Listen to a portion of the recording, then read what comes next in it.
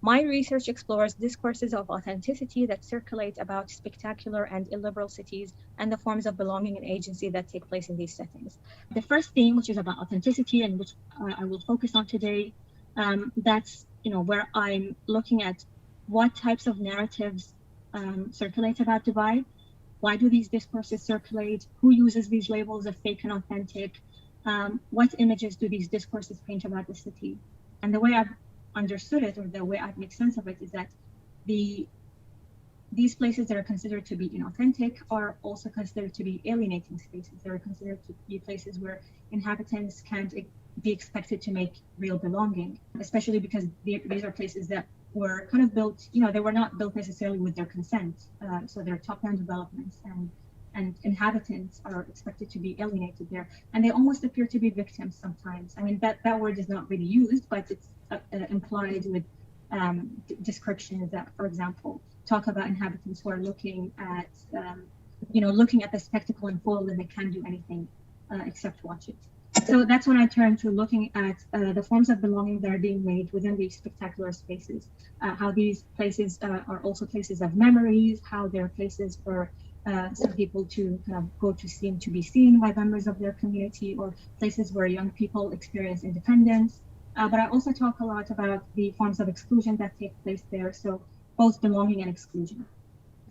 One of the things that kind of frustrates me about authenticity, this discussion of authenticity, is that whenever I present it, or even when I've had my transfer papers at Oxford, where I have reviewers there's kind of this expectation for me to define it, and I try to say I'm not trying to define what authenticity is, but I'm trying to understand how my interlocutors or how different people use these labels, who uses these labels, why do they use these labels, and what types of narratives does this discourse promote about the city.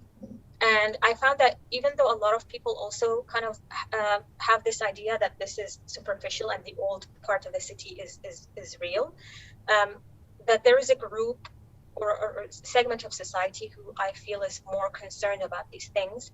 And I've labeled them as the creative class. And this term has been used before by other academics, but maybe I've kind of expanded it a bit. So, I'm including, not just artists and photographers, but also, researchers or journalists. One of the things that I'm trying to kind of show in my work is that both my interlocutors and academics kind of use these labels of fake and authentic in similar ways sometimes.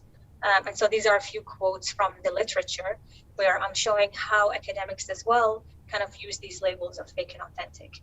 And sometimes it's more implicit, but sometimes it's more explicit. So for instance, in this first quote, I think it's kind of this explicit thing where there is a part of the city that is considered really real in comparison to other parts of the city.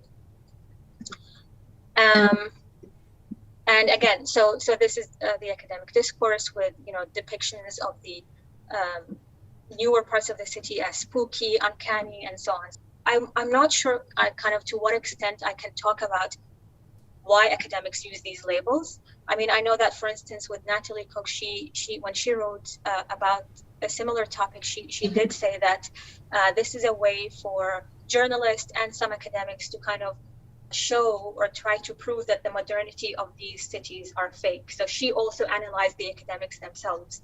I am analyzing the academic discourse, but then when I'm trying to ask why do they use these labels, I'm focusing more on my interlocutors. There are different reasons why they use these labels, and one of them is that this is a way to show their dissatisfaction with the way the city is developing. One person actually described, that they are not interested in the city's glitz and glamour. And that was kind of one of the frustrations of some of my interlocutors, is that the city is too concerned with representing itself as a place of luxury. It is exclusive. Its new developments are just catering to certain segments of society. But I'm not actually sure kind of how to theorize up from that. One of the things that I was thinking of that I keep actually seeing is these coffee shops that have these kind of tags that say, oh, we don't have Wi-Fi. Speak to each other like it's 1996 or something like that. And it kind of, it reminds me of, it reminds me of this, because I think it's, there's this kind of idea that it used to be better, or life now is too superficial or it's too modern. I don't know. So I think there are these narratives that exist in different places that are kind of a bit similar, but not exactly the same. And I don't know if these are kind of the things that I need to engage with. Is it about modernity? You know, should I be looking into the literature on how people perceive modernity? Is that how I can theorize up in relation to this type, in relation to this topic of, you know, discontent or dissatisfaction with development? I'm not sure really kind of how to take this further. In terms of like linking this to other literature or what's kind of been being done in other places, is this idea of authenticity and this kind of fetishization of authenticity. One of the other people I've quoted is David Grazian, who talks about the blues bars in Chicago and how these places are being fetishized as authentic. There are these very racist and classist ideas about what an authentic place should be like. So maybe here that's one way I can theorize up, kind of looking at this fetishization of kind of authentic places. Another thing is that Brammer talks about is this aspect of social distinction. So he says that the voyeur feels better and more worldly for kind of brushing up against this perceived authenticity, which I've noticed in another article that has been mentioned. And I think in David Grazian's work, he also mentions this aspect of social distinction. And that's something I talk about in this specific chapter about authenticity, is that sometimes, you know, when people describe some places as fake and authentic, they're also kind of contrasting themselves with other people who they feel are kind of more concerned with trivial things. So it's a way for them to distinguish themselves from the so-called masses and to show that we're not attracted to these glitzy places. We care about more meaningful things. So this is kind of what I've done in terms of the topic of authenticity, and it's just one chapter in my book or my thesis. But the way I tie it to other parts of the thesis is that I say that these labels of fake and authentic, whether intentionally or unintentionally, they promote this, you know, this binary where the so-called fake part of the city is being dismissed as an alienating space and the so-called authentic part of the city is being fetishized and exoticized. That's when I look at the so-called fake parts of the city and the forms of belonging that are taking place there.